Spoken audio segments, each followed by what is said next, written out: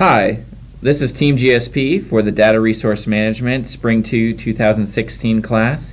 We are decided to do group project option 1 about the drones, and we look forward to presenting our findings and our methods to you.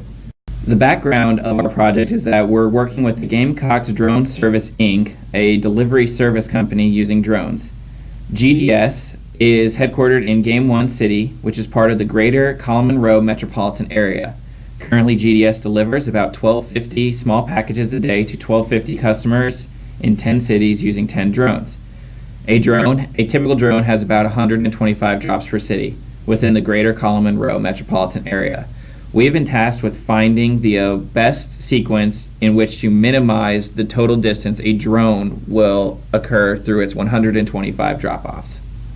There were a couple of assumptions and rules that needed to be specified before we get into the Excel manipulation.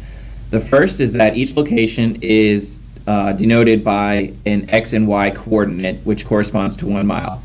The distances can be calculated given by the formula you see here in the number 2 rule section. The distance between each drop is the same in opposite directions.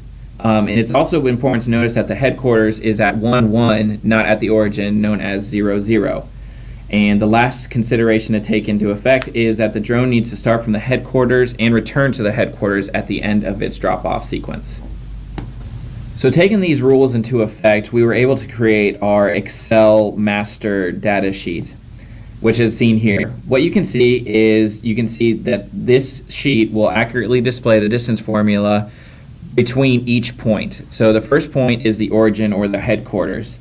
And as you can see in the column F, row 2, there's a 0, and that 0 forms a diag all the way down. This is essentially the point from one point to the exact same point. So obviously that point would be 0. But if you look in G2, you see a number that is the exact same as a number in F3.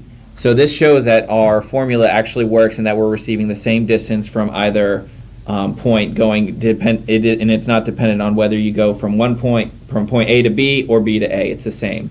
So all these points in here are the correct distance between each of the points. So now we are going to discuss how we went about finding the optimal route. So we created 2 rows, one with the drop sequence ID, which you can see here, and we just fill that in with random values 1 through 125, and then we also had the distance to the next stop, which you can see below is the second row. To determine the distance, we use the index function, which you can see here. What the index function does is it calls the entire distance matrix that we created, and then it determines the row and column for each point.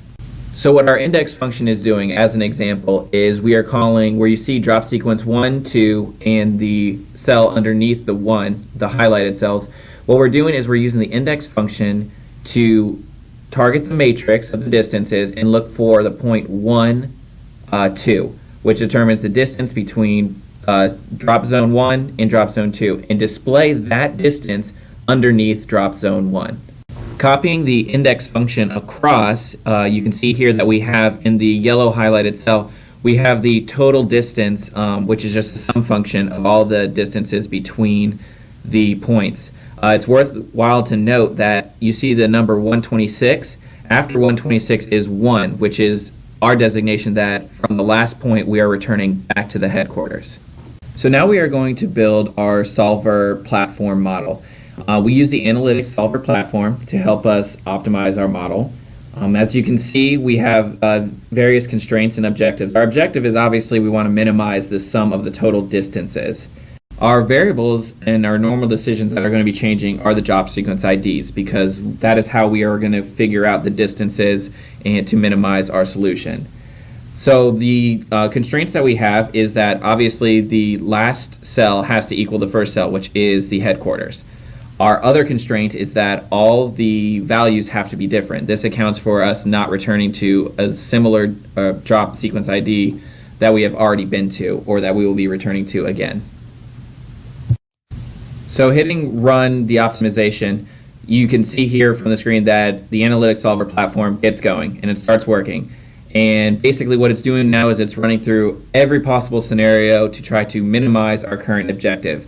You can see here that as it keeps continuing to run, the objectives keeps getting lower and lower and lower and lower until it eventually tapers off.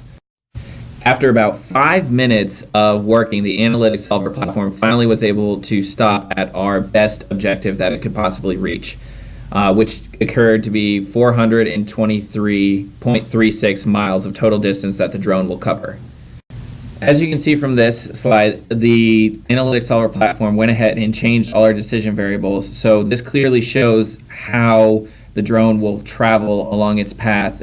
This is obviously just an example of the sequence. It's 125 cells long, so we can only fit so much, but we wanted to just show you that the analytics solver platform did change these cells as they went through.